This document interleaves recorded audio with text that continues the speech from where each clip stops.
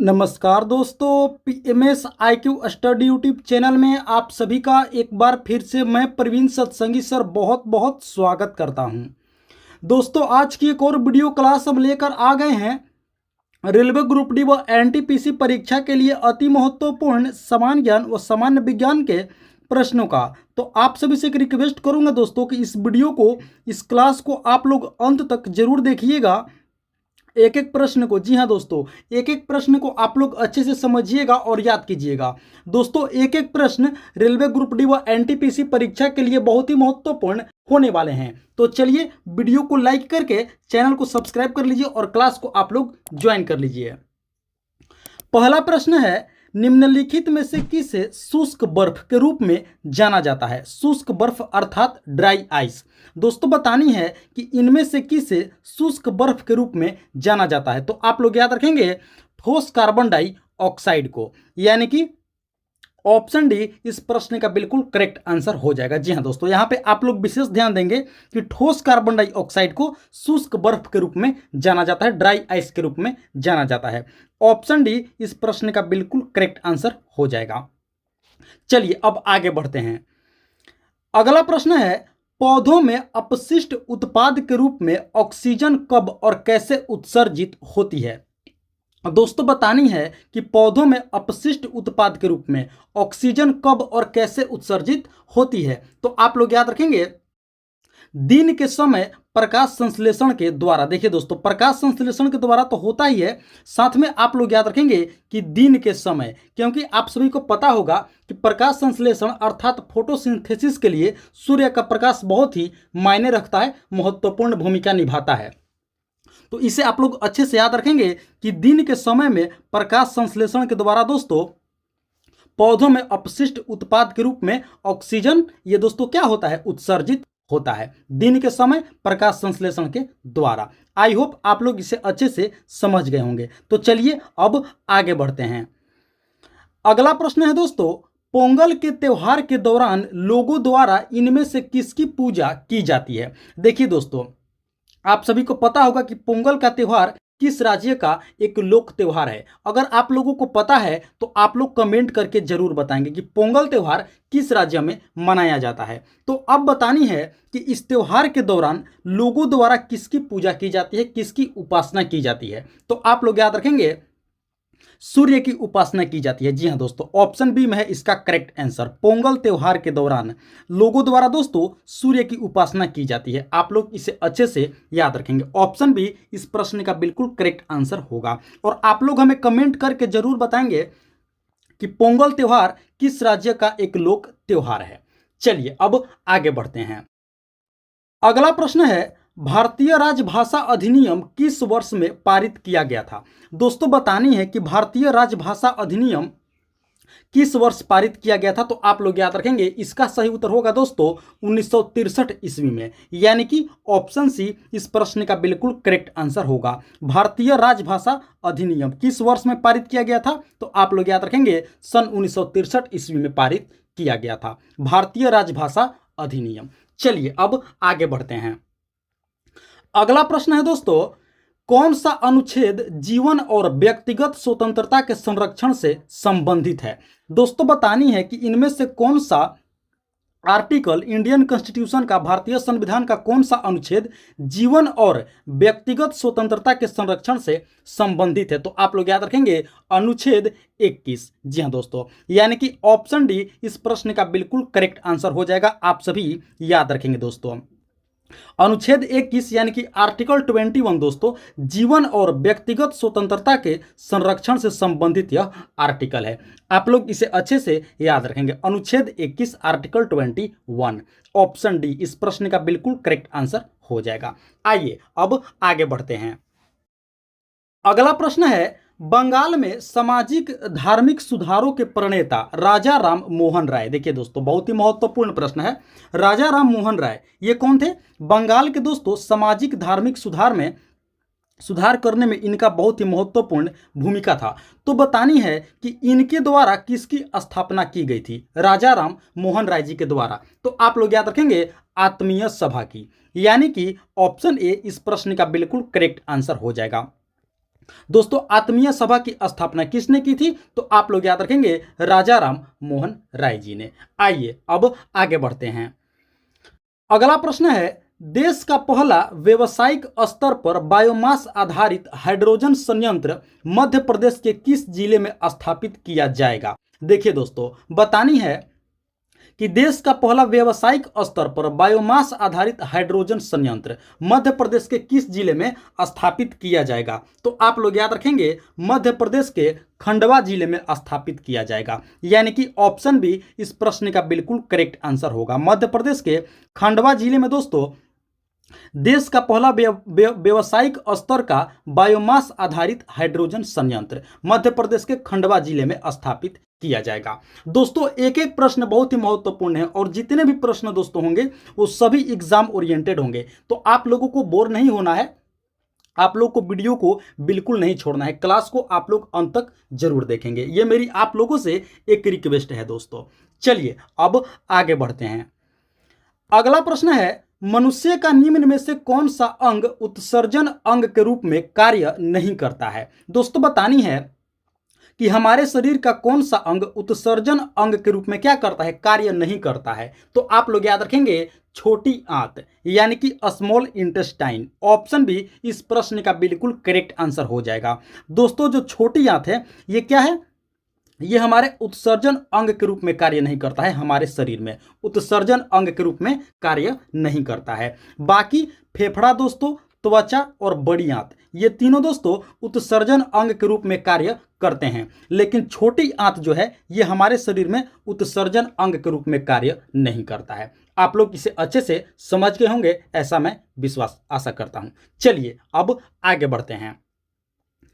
अगला प्रश्न है, रामकृष्ण मिशन की स्थापना 1897 ईस्वी में किनके द्वारा की गई थी? देखिए दोस्तों आप लोग इसे अच्छे से याद रखेंगे, आप सभी को पता भी होगा कि रामकृष्ण मिशन की स्थापना कब हुई थी? 1897 ईस्वी में। आप लोग इसे अच्छे से याद रखेंगे। अब बतानी है कि किनके द्वारा की गई थी, तो आप लोग याद रखेंगे दोस्तों इसका सही उत्तर होगा स्वामी विवेकानंद के द्वारा। यानी कि ऑप्शन बी इस प्रश्न का बिल्कुल करेक्ट आंसर हो जाएगा। दोस्तों सन 1897 ईस्वी में स्वामी विवेकानंद जी के द्वारा रामकृष्ण मिशन की स्थापना की गई थी। आप लोग इसे अच्छे से याद रखेंगे।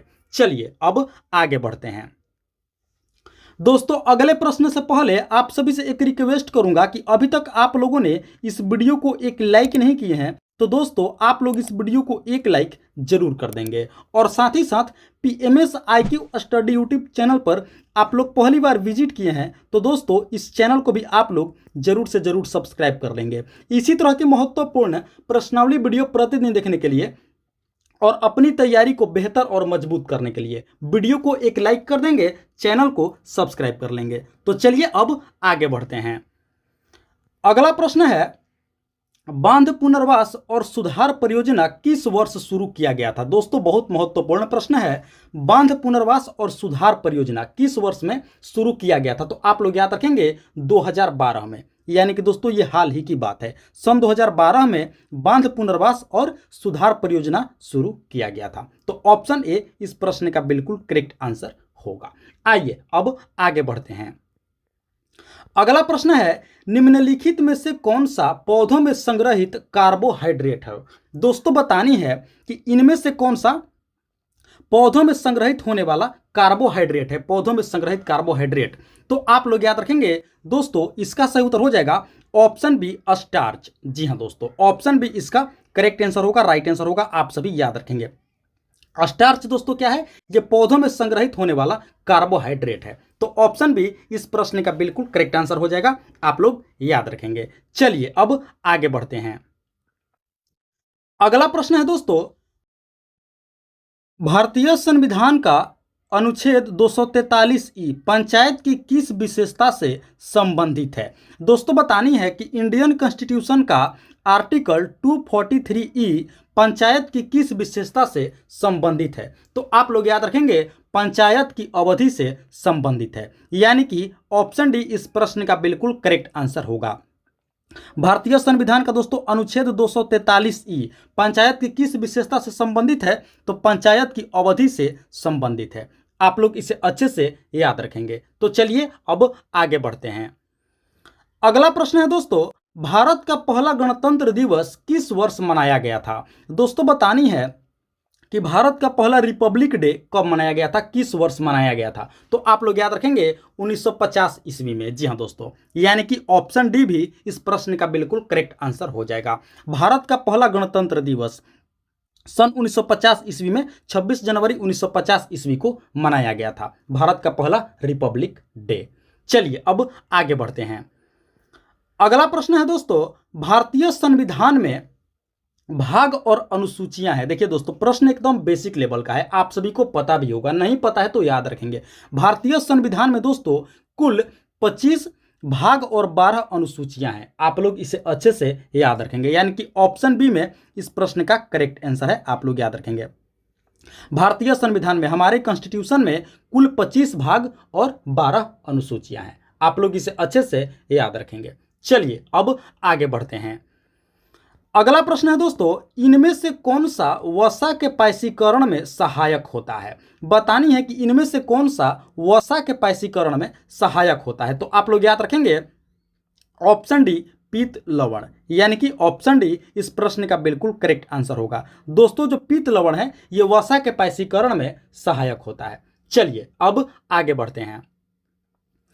अगला प्रश्न है, धातु ऑक्साइड सामान्यतः किस प्रकृति के होते हैं? बतानी है कि धातु ऑक्साइड ये सामान्यतः किस प्रकृति के होते हैं। तो दोस्तों आप लोग याद रखेंगे धातु ऑक्साइड क्षारीय होते हैं। कैसे होते हैं? क्षारीय होते हैं, यानी कि ऑप्शन ए इस प्रश्न का बिल्कुल करेक्ट आंसर हो जाएगा। आइए अब आगे बढ़ते हैं। अगला प्रश्न है दोस्तों, अल्कोहल सोडियम के साथ अभिक्रिया करके निम्नलिखित में से किस गैस का निर्माण करते हैं? बहुत ही महत्वपूर्ण प्रश्न है दोस्तों। अल्कोहल जो है सोडियम के साथ अभिक्रिया करके निम्नलिखित में से किस गैस का निर्माण करते हैं, ये हमें बतानी है। तो आप लोग याद रखेंगे हाइड्रोजन गैस का निर्माण करते हैं, यानी कि ऑप्शन ए इस प्रश्न का बिल्कुल करेक्ट आंसर होगा। दोस्तों अल्कोहल जो है सोडियम के साथ अभिक्रिया करके हाइड्रोजन गैस का निर्माण करते हैं। आइए अब आगे बढ़ते हैं। अगला प्रश्न है, चुंबकीय क्षेत्र में परिवर्तन द्वारा प्रेरित धारा उत्पन्न करने की प्रक्रिया क्या कहलाती है? अब दोस्तों बतानी है कि चुंबकीय क्षेत्र में परिवर्तन द्वारा प्रेरित धारा उत्पन्न करने की प्रक्रिया क्या कहलाती है। तो आप लोग याद रखेंगे दोस्तों, इसे ही विद्युत चुंबकीय प्रेरण कहा जाता है। क्या कहा जाता है? विद्युत चुंबकीय प्रेरण, यानी कि ऑप्शन सी इस प्रश्न का बिल्कुल करेक्ट आंसर हो जाएगा। आप लोग याद रखेंगे विद्युत चुंबकीय प्रेरण कहा जाता है किसे? चुंबकीय क्षेत्र में परिवर्तन द्वारा प्रेरित धारा उत्पन्न करने की प्रक्रिया को। आइए अब आगे बढ़ते हैं। अगला प्रश्न है दोस्तों, इनमें से कौन सा मध्य प्रदेश में पाई जाने वाली एक प्रकार की जल संग्रहण प्रणाली है? दोस्तों बतानी है कि इनमें से कौन सा मध्य प्रदेश राज्य में पाई जाने वाली एक प्रकार की क्या है? जल संग्रहण प्रणाली, यानी कि जल को संग्रह करने की क्या है? प्रणाली है। तो आप लोग याद रखेंगे बंदिश। ऑप्शन डी इस प्रश्न का बिल्कुल करेक्ट आंसर हो जाएगा।